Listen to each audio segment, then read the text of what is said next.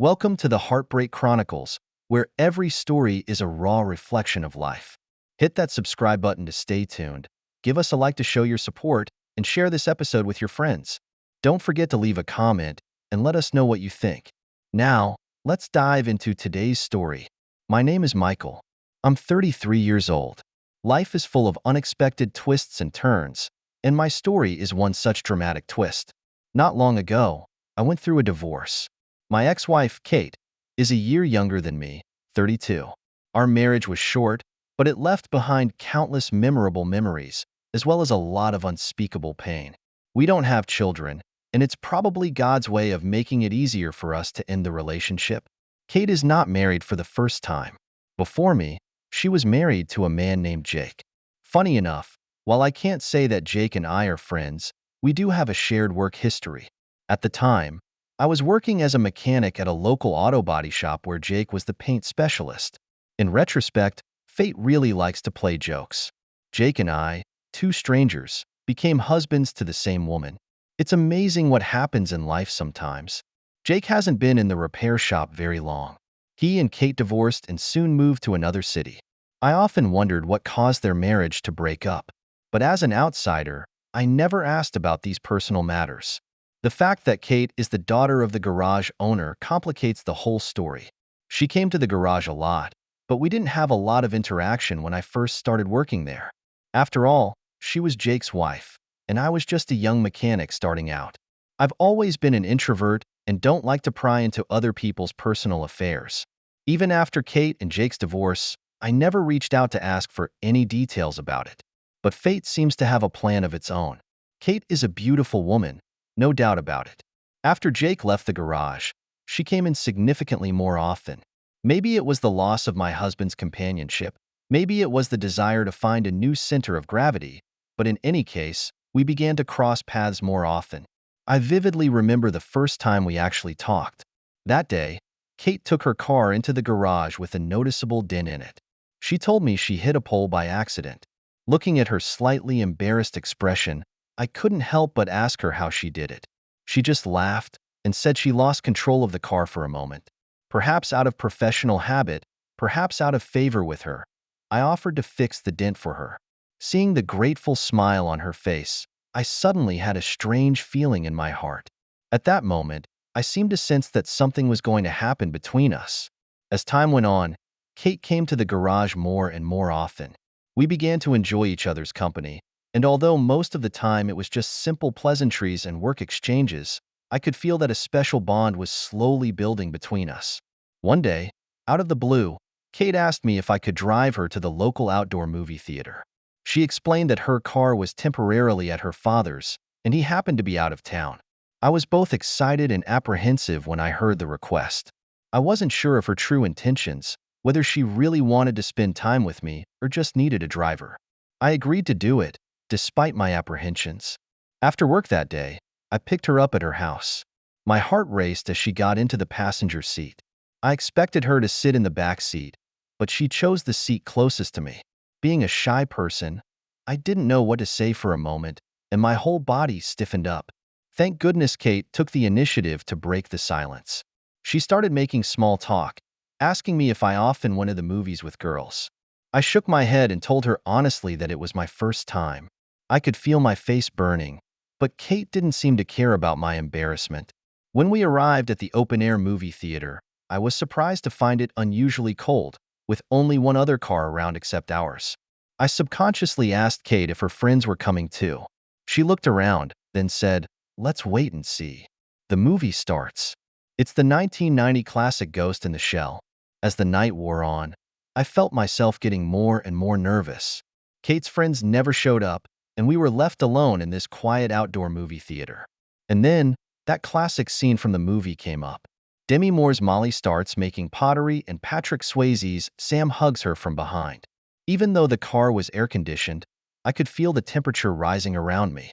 Just then, without a word, Kate approached me. Before I could react, she kissed me.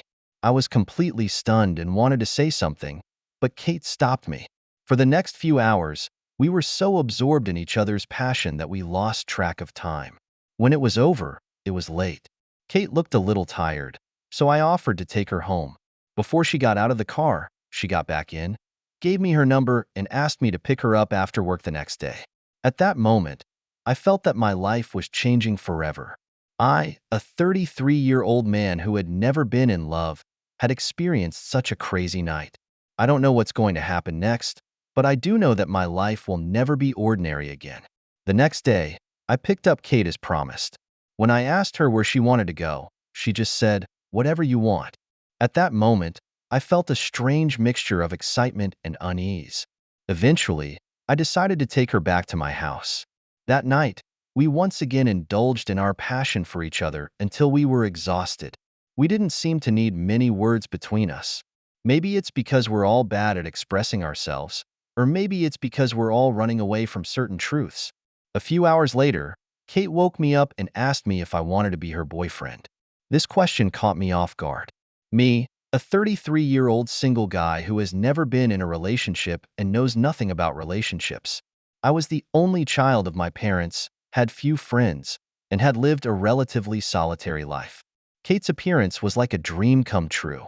I agreed without hesitation. For the next 2 months, Kate and I were like glue. We go on dates, eat together, go to the movies, do all the things a couple would do. I feel as if I have been reborn and my life is full of color and anticipation. However, fate always likes to give surprises. One day Ronald, the owner of the repair shop, called me. He's Kate's father, which makes me a little nervous. When I met him, he opened the door and asked me if I would marry his daughter. Once again, this question has thrown me for a loop.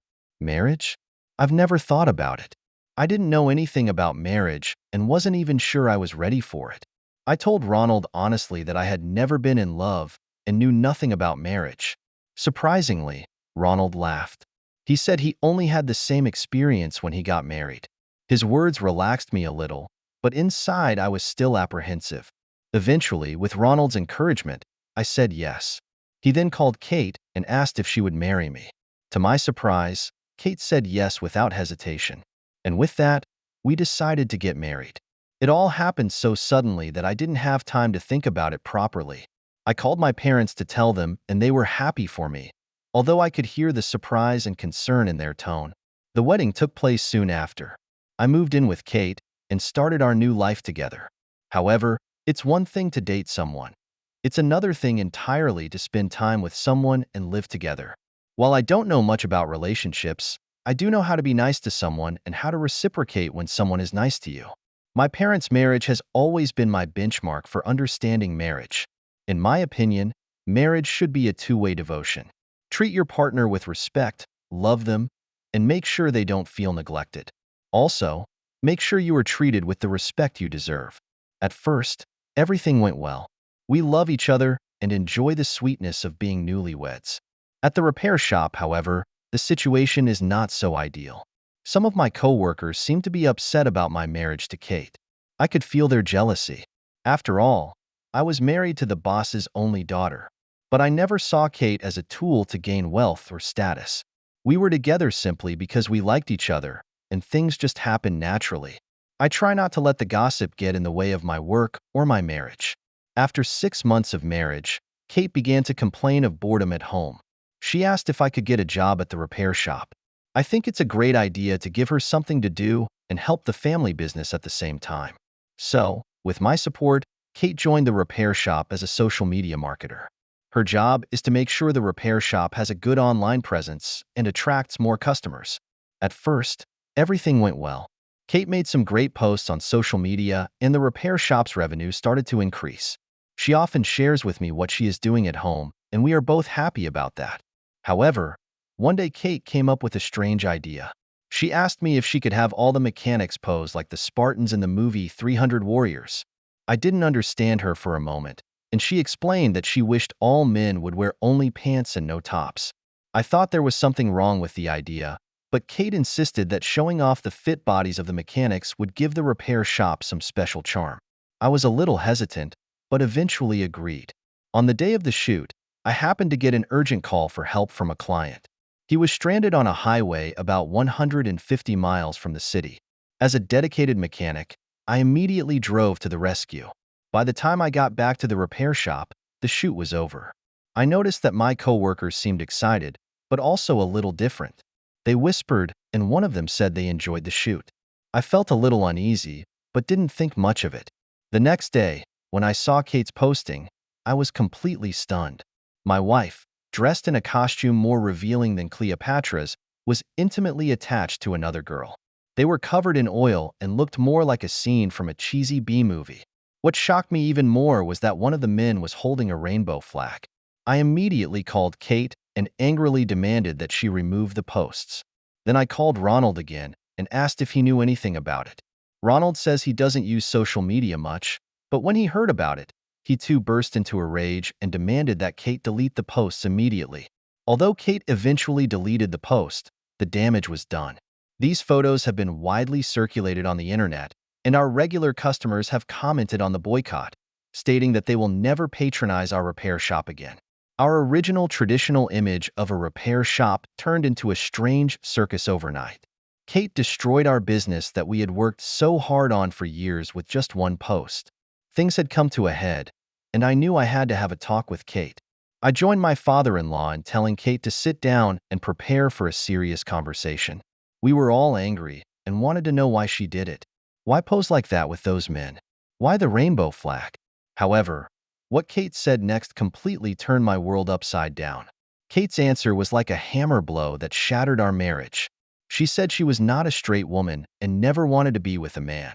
This bombshell news made me feel instantly sky high. My mind went blank, unable to comprehend what I had just heard. I subconsciously turned to Ronald, hoping to get some explanation or support from him. But my heart sank to the bottom when I saw how silent he was. Did he already know? The thought sent a wave of nausea through me. I forced myself to calm down and tried to clear my thoughts. I said to Kate, "But you seem to be enjoying every moment we have together." My voice is shaking, both from anger and disbelief. Kate's answer was cold and direct. "I'm faking it." The words were like a sharp blade, piercing deep into my heart. I felt my world falling apart. Our marriage, the time we spend together, the intimate moments we share, is it all a lie? With great difficulty, I squeezed out my next question. "Then why didn't you say so? Why did you marry me?" Kate's answer shocked me even more. "My father threatened to kill himself if I didn't marry you." I felt a wave of vertigo and had to sit down in a chair to steady myself. I stared up at the ceiling, trying to make sense of this ridiculous situation. My whole life seemed to be one big lie, and I didn't even know it. Suddenly, an idea flashed through my mind. I asked aloud, "So Jake divorced you because he knew the truth?" A flash of anger flashed across Kate's face. She said she did it because she couldn't stand being with me any longer and couldn't continue to let her father blackmail her. Instead of bringing me any comfort, this explanation made me feel even more angry and hurt. I told Kate to leave the room. She reluctantly walked out, leaving Ronald and I to face this awkward and painful situation. In that moment, I felt all the anger I had accumulated explode. I growled at Ronald, yelling every abusive word I could think of at him. I was even ready to take a hard swing at his nose. But the moment I was about to act on it, Ronald said something that stopped me in my tracks. He stood up, tears in his eyes, and asked, "What would you do?" "I want her to be who she is, a woman with a husband. That man is you." Hearing these words, I suddenly realized that Ronald was also a victim of this complicated situation. He may have been experiencing unimaginable pain and struggle. Though I still felt angry and betrayed, I resisted the urge to strike. Instead, I chose to hug him and whisper, "You should let her go." We sat in the repair shop office and continued to discuss what to do next. Ronald told me that he always thought of me as his son, and that's why he wanted Kate to marry me. I have mixed feelings when I hear these words. On the one hand, I was touched by Ronald's regard for me. On the other, I was angry and frustrated at being kept in the dark. After a long conversation, I told Ronald that we should let go and let Kate find her own path. Forcing her to live a lie does no one any good. We should let fate decide for itself instead of trying to control everything. The next day, I came home to find Kate waiting for me. She came up to me and said she was sorry for lying to me. But at this point, I can't accept any apologies. I didn't talk to her, just silently packed my bags and left the house. In the following days, I went with Ronald to see a lawyer. I explained my situation in detail to my attorney and made it clear that I would not be paying Kate any compensation. The lawyer looked surprised, probably not expecting me to bring my father-in-law to the divorce negotiations. When I finished, Ronald asked me to leave first. He wanted to talk to the lawyer alone. I walked out of the office, full of questions and unease. I don't know what Ronald is planning to do, but I choose to believe him. A few weeks later, Kate was served with divorce papers. To my surprise, she didn't call me. Perhaps she has finally realized the gravity of her actions, or she has given up on the marriage. Whatever the reason, I felt a twinge of relief. The last time we saw each other was in court to officially end our marriage. As we were leaving the courtroom, Kate suddenly hugged me and whispered in my ear, "You were really good." This statement left me feeling both confused and angry. I chose to ignore her and turned away. After the divorce, I left Ronald's garage and started working at another garage. I need a fresh start, away from those painful memories. However, fate doesn't seem to be done playing games with me.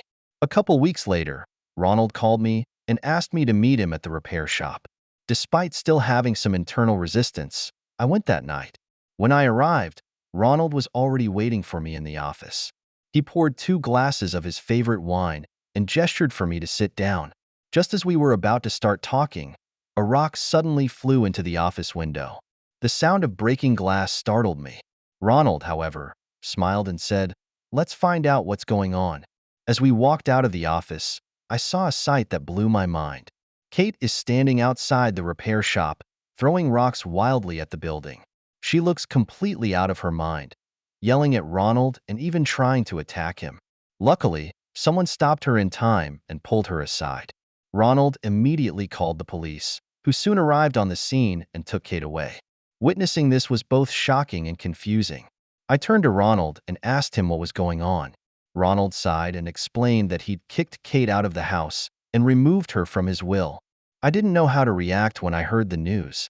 On the one hand, I understand Ronald's anger and disappointment. On the other, I feel a twinge of sympathy for Kate. Just as the mood was getting a little heavy, Ronald suddenly made a joke about how he doesn't drink Bud Light. The sudden humor made me laugh out loud and eased the tension a little. However, I couldn't help but say, "You shouldn't have done that." I know that no matter what Kate did, she's Ronald's daughter after all. Ronald looked at me with mixed emotions in his eyes. He asked me, "What would you do?" The question silenced me. I don't know what choice I would have made in his place. Ronald continued, "Everyone has the right to choose their own path. I forced Kate to choose my path, and I was wrong. Now I've chosen a new path. If she's not happy with it, then so be it. I also have the right to choose my path. My ways don't align with Kate's, so she's free to go her own way. I can't force Kate to choose a righteous life, and she can't force me to choose my heir." Listening to Ronald, I felt a strange sense of relief. Despite everything that had happened, he seemed to have finally found inner peace. While I was thinking about all this, Ronald suddenly asked me if I would like to take over his repair shop. The question took me by surprise, and for a moment I didn't know how to answer. Ronald's offer put me in deep thought. Taking over a repair shop? The idea never crossed my mind. I always saw myself as a general mechanic and never thought I would one day be a business owner. Seeing my hesitation, Ronald continued, "I have set you up as the sole heir to all my assets." The words were like a thunderbolt that sobered me instantly. I didn't know how to respond to this sudden news. Ronald's eyes were apologetic and expectant. He said, "I apologize for forcing Kate to marry you and for making you a victim of my desires. But I want you to know that over the years, I really have treated you like my own son."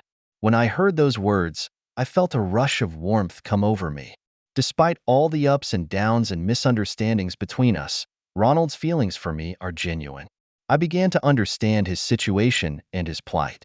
Over the next few days, I thought hard about Ronald's offer. I weighed the pros and cons of taking over the repair shop and considered my abilities and future direction. Eventually, I decided to take on the challenge. I went back to Ronald's office and told him I was willing to take over the repair shop. Seeing the smile that bloomed on his face, I knew I had made the right choice. From that day on, I started to learn various skills of business management under Ronald. He patiently taught me how to handle finances, how to deal with clients, and how to manage employees. I was like a sponge, trying to soak up every detail. Time flies, and 2 years have passed. Today, I sit where Ronald once sat and reflect on this remarkable journey. The repair shop flourished under my management, and we not only regained the customers we lost due to that social media incident, but also attracted more new customers. While running the repair shop, my personal life has changed drastically. I met a beautiful and kind woman who came along and healed the hurt in my heart. We fell in love, got married, and now have an adorable son. Whenever I look at his innocent, smiling face, I feel incredibly happy and satisfied. Ronald is like a father to me now. He retired from the job, but often came to sit in the repair shop and give me some advice. My son calls him Grandpa, and I am touched by the bond between them. Every weekend we get together and enjoy a family barbecue, drink cold Corona beer, and talk about the funny things in life. As for Kate, she never came back. Once I stumbled across a video online of her complaining about her father kicking her out of her inheritance. I had mixed feelings when I saw this video. I no longer feel anger towards her, but more a sense of pity and regret. I hope she finds her happiness, but I also know that's no longer something I should care about. I blocked Kate on all social media platforms to protect my life and family now. It's not out of hate, it's about giving each other a fresh start. Our life paths have been completely separated, each heading for a different future. Looking back on this experience, I realize that life is always full of surprises and challenges. The clueless, never been in love person I was when I went through a ridiculous marriage, but was given unexpected opportunities and happiness as a result. I learned to forgive. I forgive Kate's deception because I understand that she can't help it. I forgave Ronald's manipulation because I knew he was motivated by love for his daughter and concern for the legacy of the business. Most importantly, I learned to forgive myself. I no longer beat myself up for my naivety and gullibility, but rather I think of them as a necessary part of growing up. I am now more confident and mature than ever. I realize that the true meaning of love does not lie in the attraction of appearances or the exchange of material things, but in the sincere meeting and mutual understanding of two souls. The relationship between my current wife and I was built on that foundation. I also realize that there is no absolute right or wrong in life. Everyone makes the best choices in their situation. Ronald chose to protect his daughter and the business. Kate chose to run away from a life she didn't want, and I chose to accept reality and learn from it. These choices have shaped us and made us who we are today. As the new owner of the repair shop, I strive to create a more open and inclusive work environment. I encourage my employees to express themselves and respect everyone's individuality and choices. We are no longer a simple auto repair shop, but an innovative and energetic team. At the same time, I have not forgotten my roots. I remain personally involved in some of the repairs, maintaining my familiarity and love of technology. This not only keeps me humble, but also earns the respect and trust of my staff. Whenever I hold my son and look into his innocent eyes, I am reminded of my own journey. I want to be a good father and give him the right guidance, but also allow him enough room to explore his life, make his own mistakes, and find his own happiness. Life is like fixing a car. Sometimes you need to replace parts, sometimes you need to fix cracks, but the most important thing is to keep the engine running and keep going. My life used to be like a car that hit a telephone pole, but now, it's brand new and ready to take on any challenge. Every night, as I close the door to the repair shop and drive home, I am struck by the wonder of life. The young mechanic who once sat in the co-pilot seat, so nervous he didn't know what to do, is now a successful business owner, happy husband, and loving father. I know that many more unknown challenges may await me in the future, but I'm not afraid anymore. I've learned how to balance in the wind and waves and how to find light in the darkness. No matter what life does to me, I believe I can find what's wrong and fix it step by step, just like fixing a broken down car. When I pulled up in front of my house and saw my wife and son waving at me from behind the window, I knew that this was my home. No matter how the world outside changes, this will always be my haven. I got out of the car and took a deep breath, feeling the beauty of my new life. I, Michael, am 33 years old and have been through an unusual marriage, But now, I have found happiness that is truly my own. And I believe the best is yet to come. Thank you for taking the time to listen to today's story. If you enjoyed it, please like and subscribe if you haven't already. If you have a story to share about your own or someone else's experience, please feel free to contact me. Take care.